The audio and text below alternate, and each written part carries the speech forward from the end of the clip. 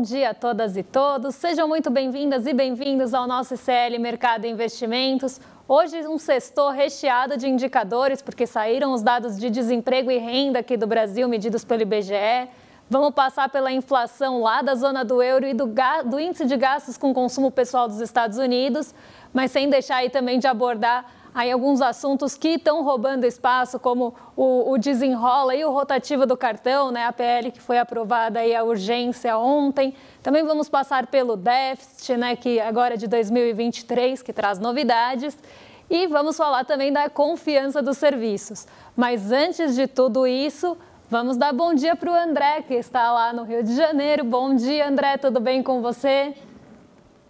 Bom dia, Débora. Bom dia a todos os nossos telespectadores. Último dia da minha aventura carioca fluminense aqui. Segunda-feira estarei de volta no estúdio. Mas antes de tudo, gente, tem bastante coisa para a gente conversar hoje. Dados da PNAD aí que mostra renda e desemprego do brasileiro. Temos também a confiança do setor de serviços que caiu, então mais um fator preocupante aí para o futuro aí dos próximos meses da atividade econômica brasileira. Temos também dados do desenrola, né? Mas como todo dia, Débora, a gente começa aí tentando saber o que está acontecendo no nosso mundão, né? Você tem dados importantes em relação à China, você tem, então, dados importantes também lá na zona do euro. Então, vamos começar pela Ásia, Débora. O que está acontecendo aí de novidade aí na Ásia? Como que fechou os mercados lá? Olha, hoje os mercados lá, André, fecharam meio parados, porque é feriado na maioria dos países asiáticos. Hoje começa um feriado longo lá da Ásia, é um feriado que vai se estender pela semana que vem.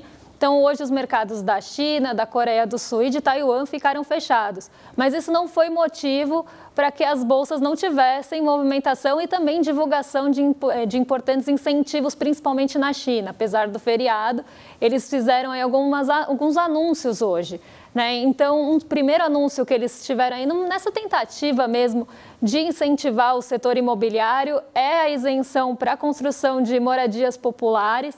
Né? Então, a gente viu esse anúncio acontecendo no finzinho do dia de ontem, já aí trazendo esse ponto das moradias populares terem um incentivo do governo e também para moradias, por exemplo, estudantis, terem ali alguns também benefícios. Então, a gente vê a China mais uma vez tentando estimular a sua economia por meio do setor imobiliário, né? Um setor que está ali com algumas dificuldades no país, mas também eles tiveram um outro anúncio, esse pela manhã, né, pela manhã aqui do Brasil, sobre os dados transfronteiriços. Né? Dados transfronteiriços são aqueles que perpassam ali os países, né? Então é um fluxo de dados que vai perpassar entre os países. E eles esperam com isso, né, com essa flexibilização ali dos dados transfronteiriços, dessa movimentação desses dados, melhorar aí o ponto mais de comercial da China, né, com os dados, melhorar a abertura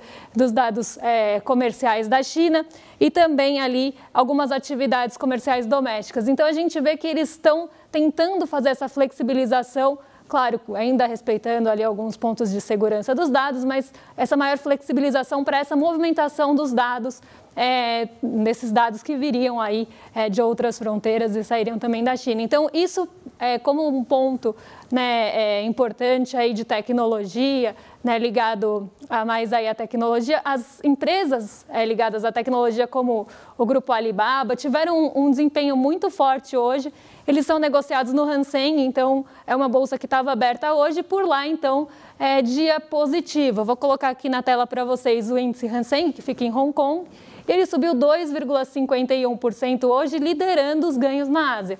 Claro, a gente tinha muitas bolsas fechadas por lá, mas o Hang Seng entre as abertas foi a que mais se destacou, justamente por essas notícias aí envolvendo, né, essa flexibilização anunciada pelo governo chinês. Então, o Hang Seng hoje está liderando, né, as bolsas asiáticas, né, já liderou, na verdade, porque por lá elas já fecharam, e outros mercados aí fechados. Então, um dia de menos movimento na Ásia, o que acaba impactando um pouquinho o nosso índice de commodities, aí o terceiro gráfico pequenininho que vocês estão vendo no lado esquerdo da tela, mas um dia aí positivo entre os mercados asiáticos, André e todo mundo que está aí em casa.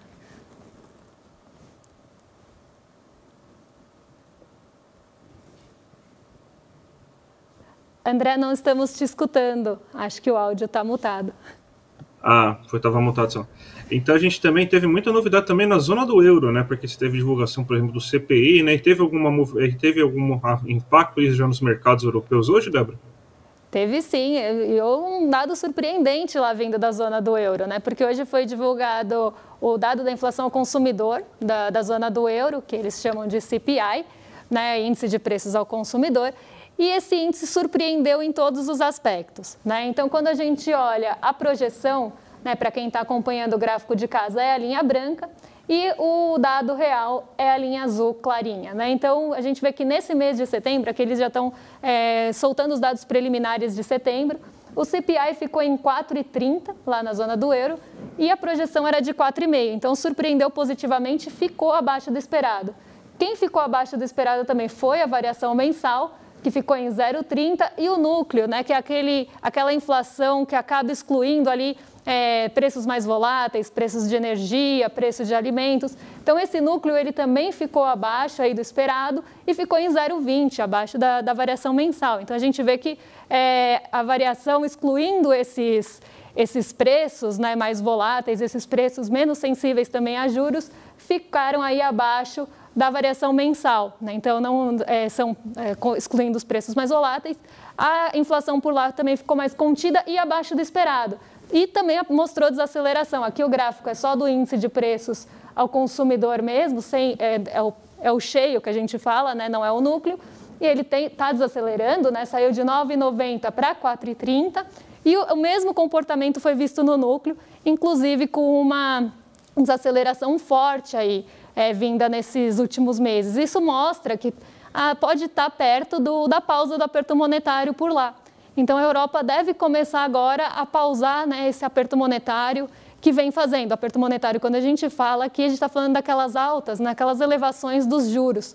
Então, aqui, esses dados trouxeram aí esse panorama, né, que o Banco Central da zona do euro deve começar a diminuir o ritmo e parar esse aperto monetário.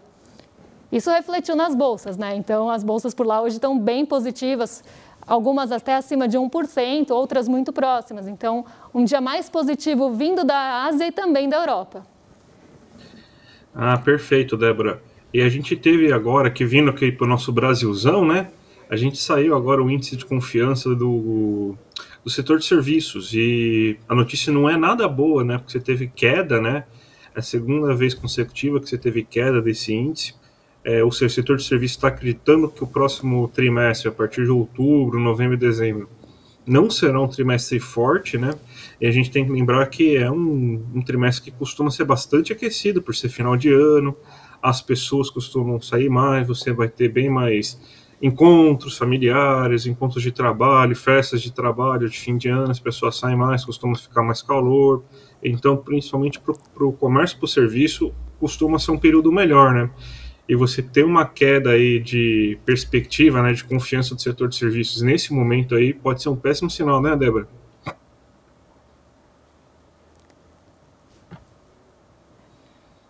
Perfeito, André.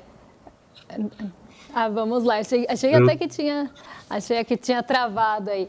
Não, então é um dado aí que preocupa junto ao comércio, né? Que a gente tem também essa atividade mais forte aí no fim do ano, que também ontem veio abaixo aí pela terceira vez, né? A confiança do comércio estava recuando e agora os serviços também.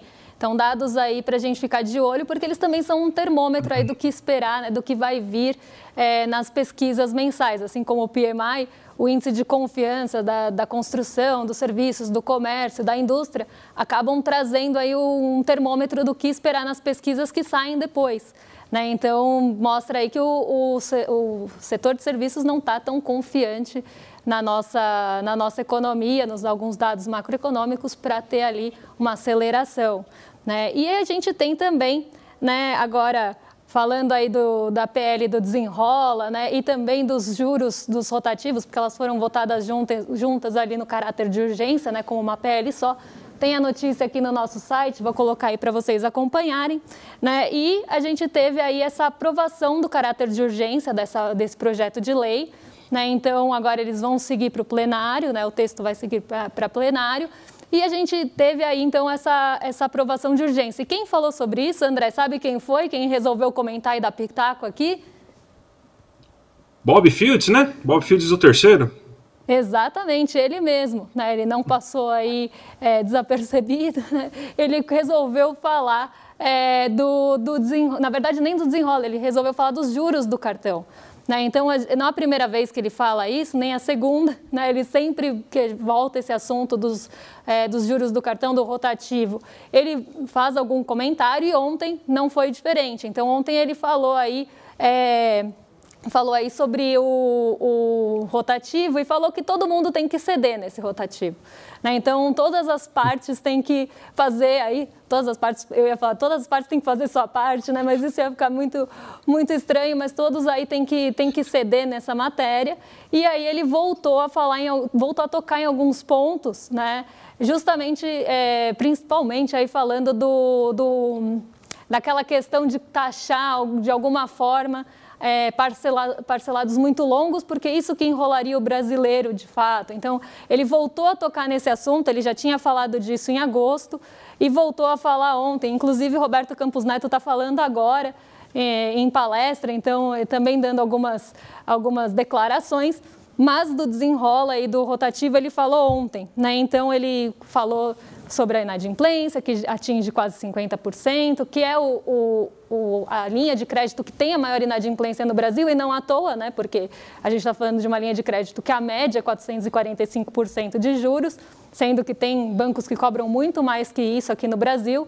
Então, aqui a inadimplência realmente é alta e é a mais alta do Brasil. Ele voltou a tocar nesse ponto e aí voltou a falar que é porque o brasileiro faz parcelas muito longas e acaba virando uma bola de neve a sua fatura. Um dos pontos que foi defendido aí pelo Banco Central nesse momento foi o talvez fim do rotativo e parcelamento automático da fatura. Porque hoje, quando o brasileiro não paga a sua fatura integralmente, ele paga o rotativo no primeiro mês e no mês seguinte, né, o banco precisa ali trazer uma alternativa mais barata, que seria o parcelamento da fatura, que também tem uma taxa muito alta, como a gente viu nos dados do Banco Central, ali bastante alta, até acima de 100%. Então, aqui a gente vê que ele sai de uma linha muito cara para uma outra linha cara, mas ainda mais barata que a primeira, né? E aí ele vai parcelar. Qual é a alternativa aqui que foi até proposta?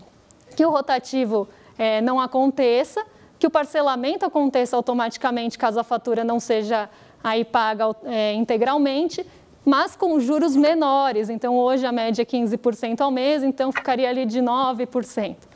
Então, ainda uma taxa alta, né? Mas é uma taxa menor do que a atual. E aí ele voltou realmente a tocar no ponto do brasileiro também ter que abrir a mão e ceder a sua parte de ter alguma taxa em parcelamentos longos.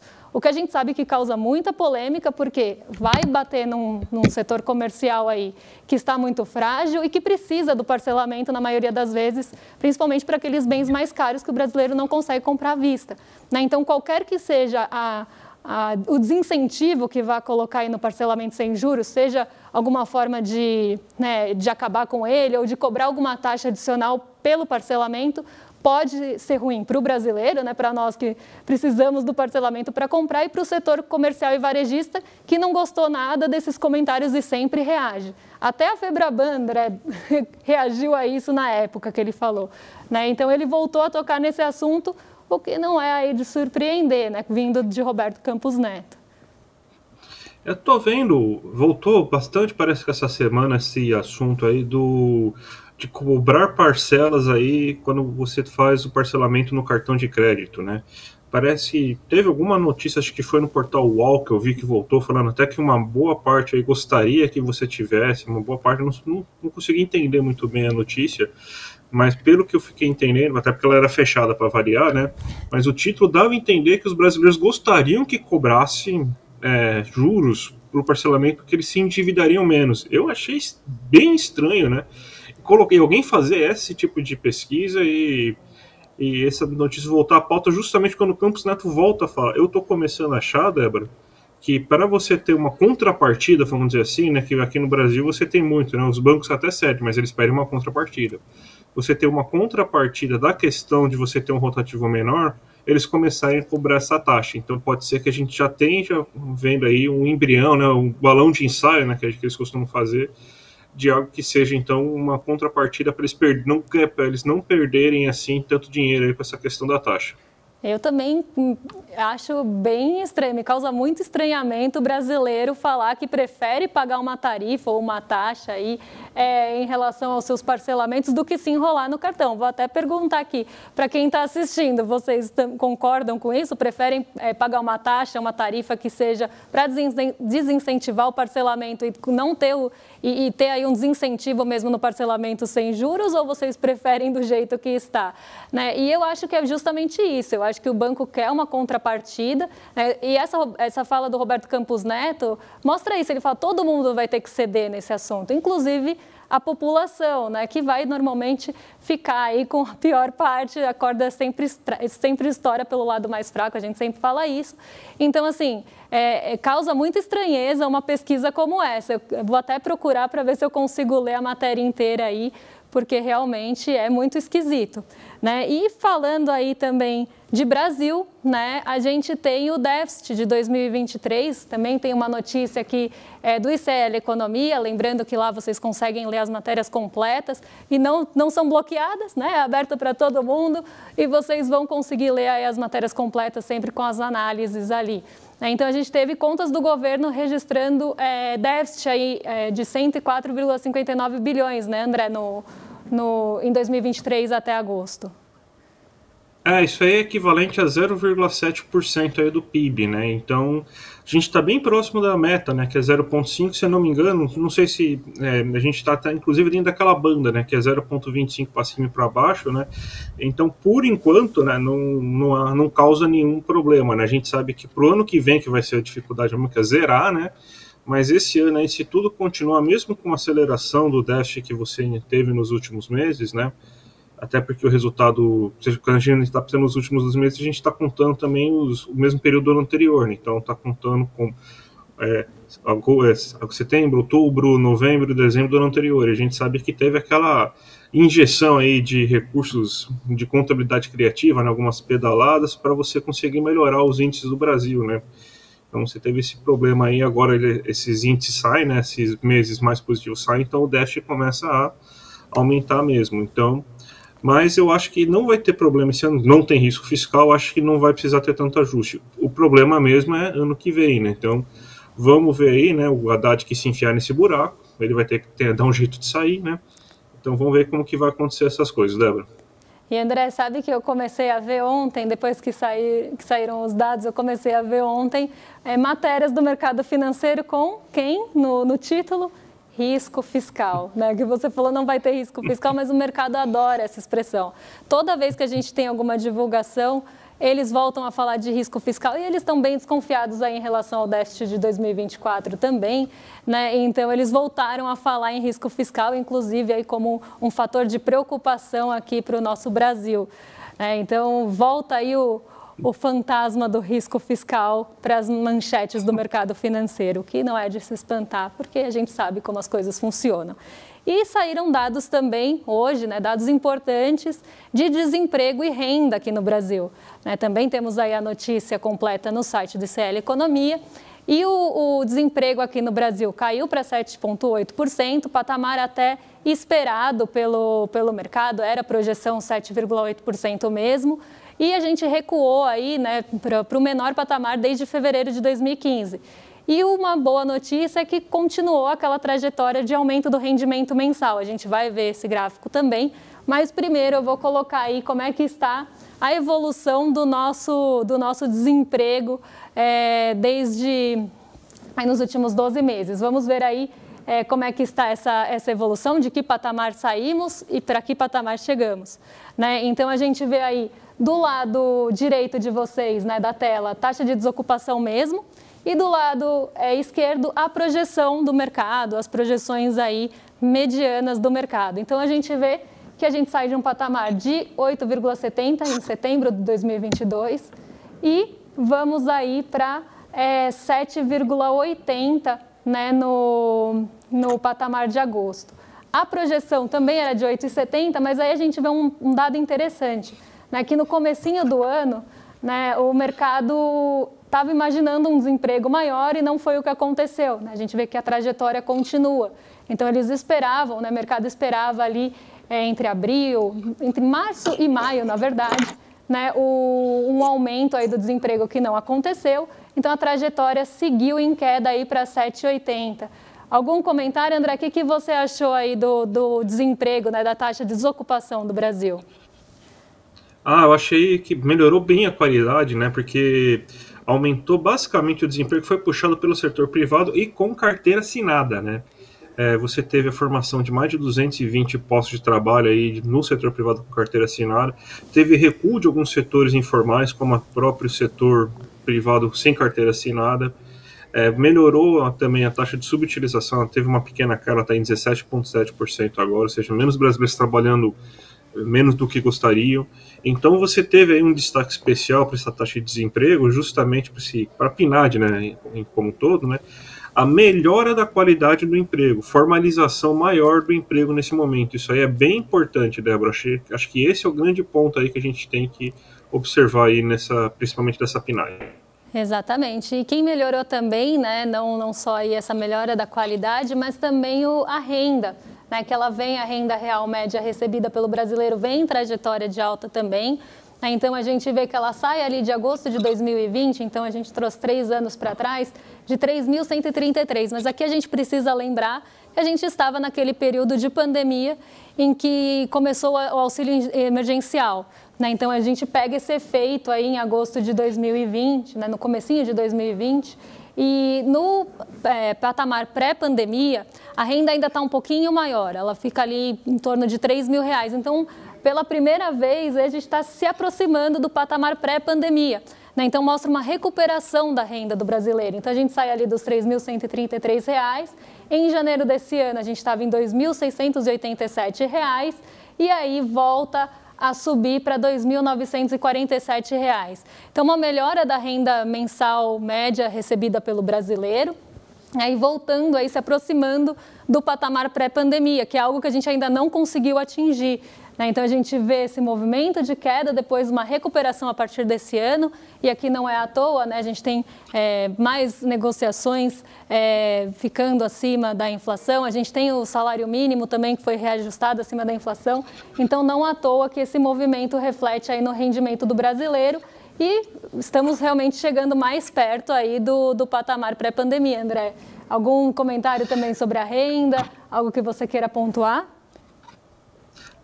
A gente precisa, nessas medidas que você tem, que o governo está fazendo agora, e junto com o desemprego baixo, né, a medida que eu falo é o aumento do salário mínimo acima da inflação, ela é a chave principal para você aumentar a renda mesmo do brasileiro, a renda média, né?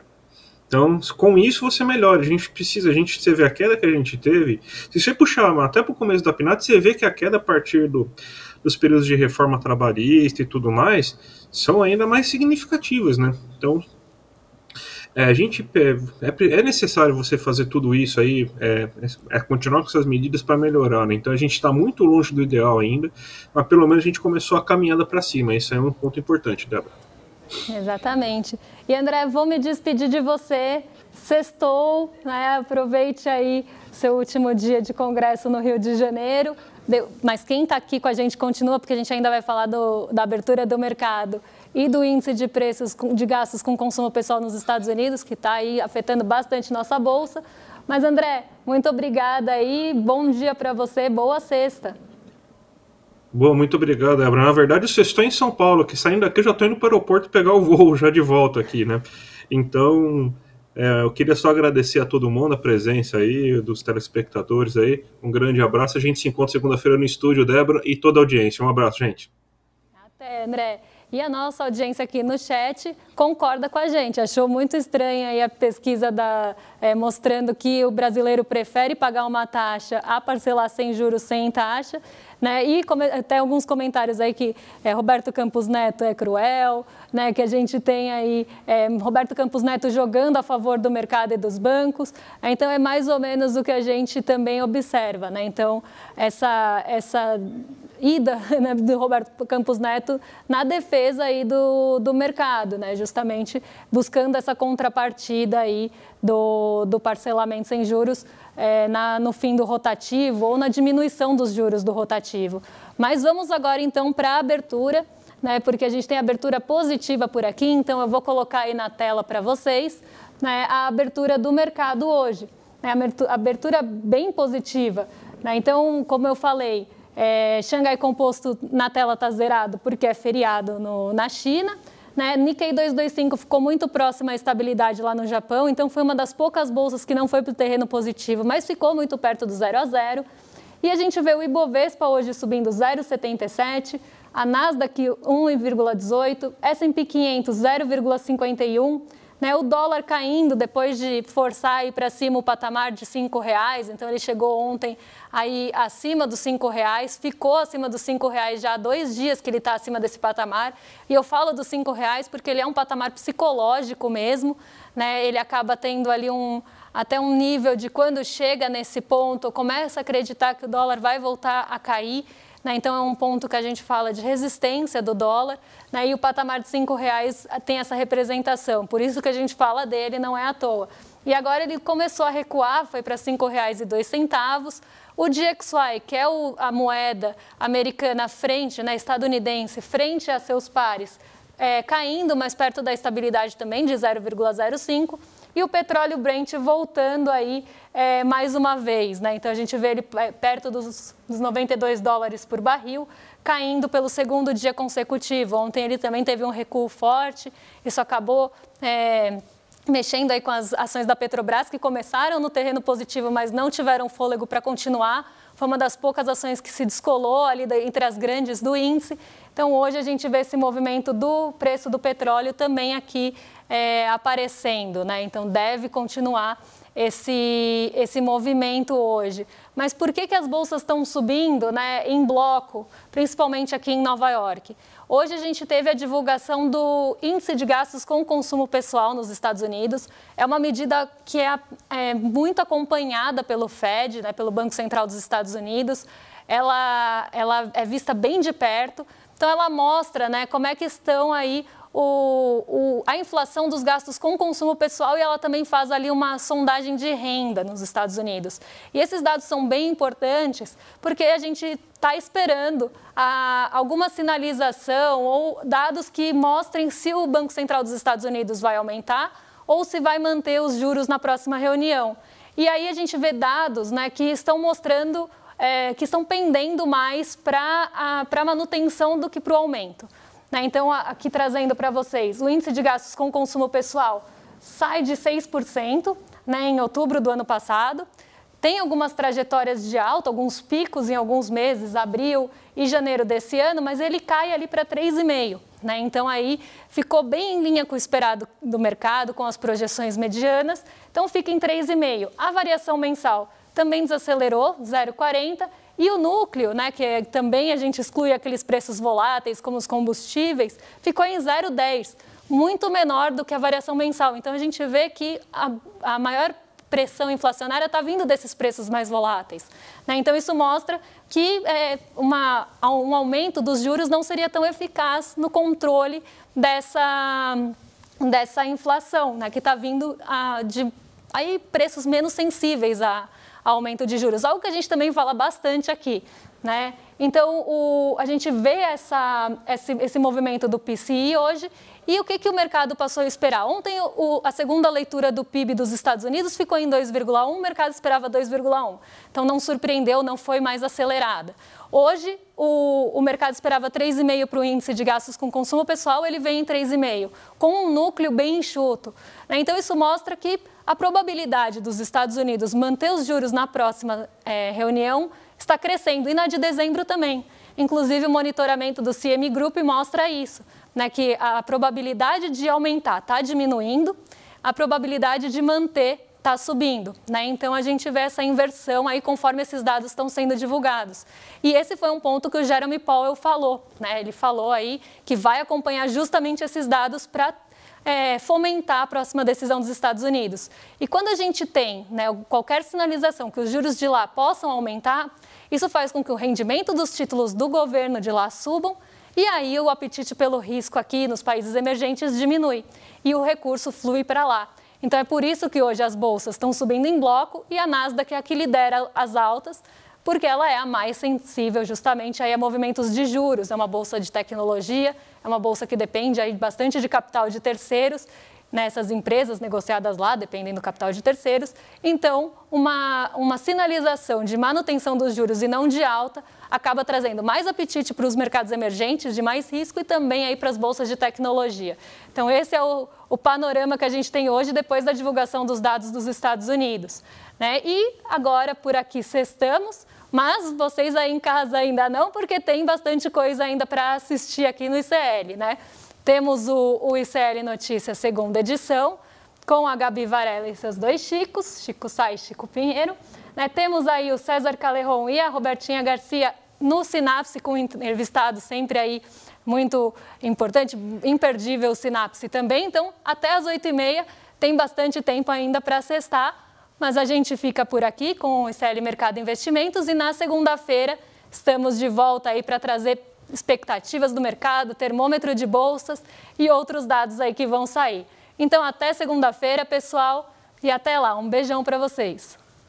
Olá! Gente, que incrível o encontro que a gente teve com a Monja Coin na aula que ela deu para a comunidade do ICL, como vencer o estresse e a ansiedade. Quanta sabedoria, quanto amor, quanta luz e quantos conselhos práticos para as pessoas poderem aplicar nas suas vidas. Muita gente que assistiu a aula está pedindo para assistir de novo e muita gente que acabou não conseguindo assistir está pedindo para a gente liberar o replay da aula. A gente resolveu liberar o replay da aula, mas o prazo para poder assistir o replay, ele tá se esgotando. Então vai na minha e segue a dica, clica agora no link que vai estar junto com esse vídeo e assiste o replay antes dele sair do ar. No final da aula, a gente preparou uma surpresa maravilhosa até para brindar essa oportunidade que a gente teve com o Monja Coin para todo mundo poder fazer parte do ICL. Então não deixa de assistir no finalzinho não, porque eu acho que você pode ficar muito feliz com essa oportunidade de fazer parte da comunidade que tem acesso aos cursos do ICL. Boa aula, aproveitem e usem esses ensinamentos para a gente fazer um mundo melhor.